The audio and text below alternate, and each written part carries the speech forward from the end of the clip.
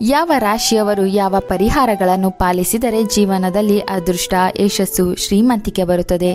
ಪ್ರತಿಯೊಬ್ಬರಿಗೂ ಜೀವನದಲ್ಲಿ ಬೆಳೆಯಲು, ಹಣ ಮಾಡಿ ಶ್ರೀಮಂತಿಕೆ ಗಳಿಸಲು ಇಷ್ಟ ಇದ್ದೇ ಇರುತ್ತದೆ. ಆದರೆ ರಾಶಿಗೆ ಅನುಗುಣವಾಗಿ ಈ ಪರಿಹಾರಗಳನ್ನು ಪಾಲಿಸಿದರೆ ಅದೃಷ್ಟ ಬರುತ್ತದೆ ಎಂಬ ವಿಷಯ ಗೊತ್ತಿರುವುದಿಲ್ಲ. ಇಂದು ಮಕರ, ಕುಂಭ, ಮೀನ ರಾಶಿಗೆ ಯಾವ ಪರಿಹಾರಗಳು ಅದೃಷ್ಟ ನೀಡುತ್ತದೆ ಎಂದು ತಿಳಿದುಕೊಳ್ಳೋಣ. ಮೊದಲನೆಯದಾಗಿ ಮಕರ ರಾಶಿಯ ಪರಿಹಾರಗಳು. ಯಾವಾಗಲೂ ಹಸಿ ಮಣ್ಣಿನ ತಿಲಕವಿಟ್ಟುಕೊಳ್ಳಬೇಕು. ಮಂಗಗಳ ಸೇವೆ ಮಾಡಬೇಕು. ಶ್ರೀರಾಮನ ನೆನೆಯಬೇಕು.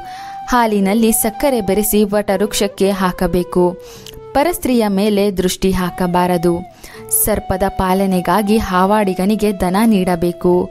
ಮನೆಯ ಯಾವುದೇ ಭಾಗವನ್ನು ಕತ್ತಲಾಗಿ ಇಡಬಾರದು. ಪೂರ್ವ ದಿಕ್ಕಿನ ಮನೆಯಲ್ಲಿ ವಾಸ ಮಾಡಬೇಕು. ಕೇತುವಿಗೆ ಸಂಬಂಧಿಸಿದ ಉಪಾಯಗಳನ್ನು ಮಾಡಬೇಕು. ಯಾವಾಗಲಾದರೂ ಬಾವಿಯಲ್ಲಿ ಹಾಲನ್ನು ಹಾಕಬೇಕು. ಎಮ್ಮೆ, ಕಾಗೆ ಮತ್ತು ಕೂಲಿಕಾರರಿಗೆ ಭೋಜನ ಮಾಡಿಸಬೇಕು. ನದಿಯಲ್ಲಿ ಮದ್ಯವನ್ನು ಪ್ರವಹಿಸಿ ಬಿಡಬೇಕು. ಕಪ್ಪು, ನೀಲಿ ಮತ್ತು ಹಸಿರು ನೀಲಿ ಮಿಶ್ರಿತ ವರ್ಣದ ಬಟ್ಟೆಗಳನ್ನು ಧರಿಸಬಾರದು.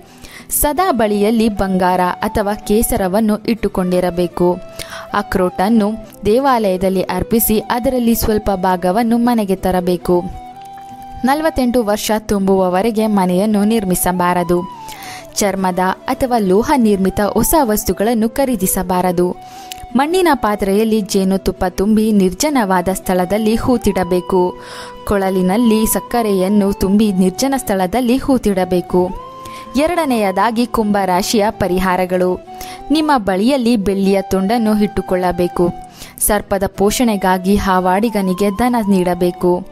ದಕ್ಷಿಣ ದಿಕ್ಕಿನ ಮನೆಯನ್ನು ತ್ಯಜಿಸಬೇಕು. ಗುರುವಿಗೆ ಸಂಬಂಧಿಸಿದ ಉಪಾಯಗಳನ್ನು ಮಾಡಬೇಕು. ಮುಖ್ಯ ದ್ವಾರದ ಬಳಿಯಲ್ಲಿ ಸ್ವಲ್ಪ ಕತ್ತಲಿರಬೇಕು. 48 ವಯಸ್ಸು ತುಂಬುವ ಮುಂಚೆ ಸ್ವಂತ ಮನೆ ನಿರ್ಮಿಸಬಾರದು. ಮನೆಯಲ್ಲಿ ಬೆಳ್ಳಿಯ ಇಟ್ಟಿಗೆಯನ್ನಿಡಬೇಕು. ಮಾಂಸ ಭಕ್ಷಣೆ ಮಾಡಬಾರದು. ಸದಾ ಶನಿವಾರದ ವ್ರತ ಮಾಡಬೇಕು. ಮದ್ಯಪಾನ ಮಾಡಬಾರದು. ಆದಷ್ಟು ಎಣ್ಣೆ ದಾನ ನೀಡಬೇಕು. ರೊಟ್ಟಿಗೆ ಸಾಸಿವೆ ಎಣ್ಣೆಯನ್ನು ಲೇಪಿಸಿ ಹಸುವಿಗೆ ತಿನ್ನಿಸಬೇಕು. ಜೇಬಿನಲ್ಲಿ ಚಿಕ್ಕ ಚಿಕ್ಕ ಬೆಳ್ಳಿಯ ಗೋಲಿಗಳನ್ನು ಇಟ್ಟುಕೊಳ್ಳಬೇಕು. ಗೋಧಿ, ಬೆಲ್ಲ ಹಾಗೂ ಕಂಚನ್ನು ಮಂದಿರಗಳಲ್ಲಿ ದಾನ ನೀಡಬೇಕು. ಬೆಳ್ಳಿಯ ಚೌಕಾಕಾರದ ತುಂಡನ್ನು ಕೊರಳಿನಲ್ಲಿ ಧರಿಸಬೇಕು.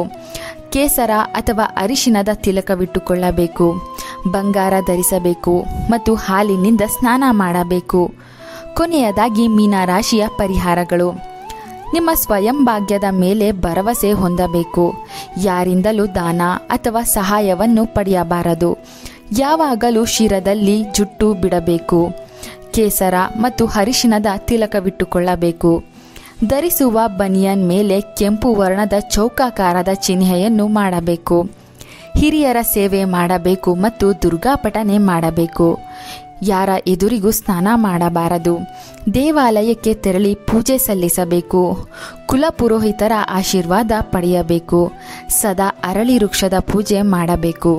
ಮಂದಿರದಲ್ಲಿ ಪ್ರಸಾದವನ್ನು ಸೇವಿಸಬಾರದು. ಮನೆಗೆ ಬಂದು ಸೇವಿಸಬೇಕು. ಸಂತರ ಸೇವೆ ಮಾಡುವುದು ಒಳ್ಳೆಯದು. ಗುರುವಿಗೆ ಸಂಬಂಧಿಸಿದ ಪದಾರ್ಥಗಳನ್ನು ದಾನ ನೀಡಬೇಕು. ಪತ್ನಿಯ ಸಲಹೆ ಪಡೆದು ವ್ಯಾಪಾರ ಮಾಡಬೇಕು. ಆಗಾಗ ಕೋಳಿಗಳಿಗೆ ಆಹಾರ ನೀಡಬೇಕು. ಮಂದಿರದಲ್ಲಿ ಯಾರಿಗಾದರೂ ವಸ್ತ್ರದಾನ ನೀಡಬೇಕು. ಬಂಗಾರವನ್ನು ಹಳದಿ ವರ್ಣದ ವಸ್ತ್ರದಲ್ಲಿ ಸುತ್ತಿ ಮನೆಯಲ್ಲಿ ಇಡಬೇಕು. ಈ ರೀತಿಯ ಪರಿಹಾರಗಳನ್ನು ಪಾಲಿಸಿದರೆ ಖಂಡಿತವಾಗಿ ಜೀವನದಲ್ಲಿ ಅದೃಷ್ಟ ಹಾಗೂ ಏಳಿಗೆಯನ್ನು ಕಾಣಬಹುದು.